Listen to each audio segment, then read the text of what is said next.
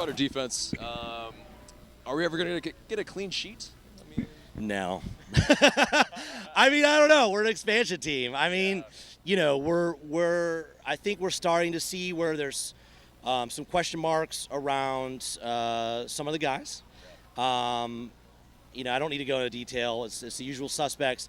I think what's promising, though, is that we have a number of guys that we saw get put on the field on Wednesday against Charleston in the U.S. Open Cup, and they did a phenomenal job. I was very impressed with Ambrose, especially. He was great. Kratz getting almost full 90 minutes. He was fantastic. So you start to feel some comfort level in the midfield, and that we have some depth in the wings if we need it.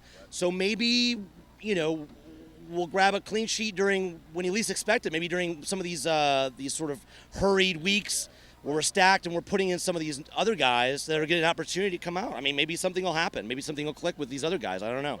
Yeah, because other teams will be doing the same thing. They'll be having to rest players as well. Yeah, and it's tough too. If you look at some of the goals we've given away, right? A penalty or a handball, you know, or just a bumbling ball in the box where, you know, it just wasn't handled well from the get-go, and they capitalized on that mistake. You know, there's not anything where I'm glaring at it and saying, ooh, that guy's really got to go, or we have some real problems we need to address. I think it'll come. I don't think it'll come away in our current away form, but maybe and hopefully in some of these run of home games that are coming. You know, we got Orlando, right? That would be a great time to get a clean sheet. That would be epic. Yeah. Oh, yeah. 'Cause, yeah, they're shaping up to be a rival that we're gonna have some banter with. And epic banter now. Poor Kyle Aaron. Oh, Canada. If you haven't seen the video, that was pretty interesting. He tried to pull the I'm from Canada, I don't know how to drive on the right side of the road. That didn't go over well with the officer. But it's good to hear he's in that program, which MLS has actually had for a very long time, a substance abuse program. It's actually, they've had it for quite a while, I think, more than some of the other leagues. I think that's at least minimum of 3 weeks, and then they evaluate him. So we really don't know whether we're going to see him or not. If he really does have a problem and they diagnose him with a problem, he could be months before he's back if he actually goes into a rehab facility. So we'll see. I mean, I'd hate to get an asterisk against Orlando. It would be really nice to take the points with him on the pitch. So get well, Kyle. I'm not afraid. Get back here. Get sober. We'll see you. We'll see you here in Atlanta. Hopefully. I don't think it's gonna be in time for their home match. Yeah, probably not. I gotta toot my own horn. The Home Before Dark guys, if you haven't seen their podcast, they do a YouTube video Wednesday nights and things like that while they record it, much like Miles of the South.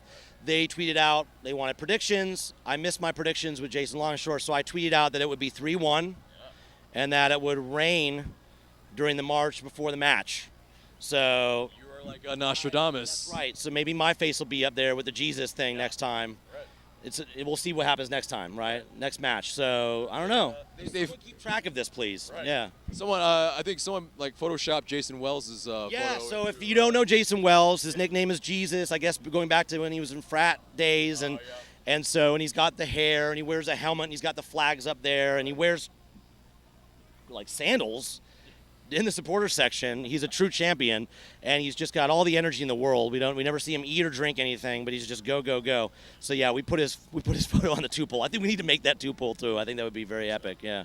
And Joseph Martinez's big head made an appearance. It did. So if you guys ever go to the supporter section, you're like, man, how do these guys make it on camera?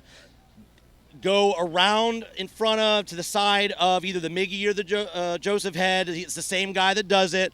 You will get on camera every time at home because they just keep scoring goals. So there's a tip.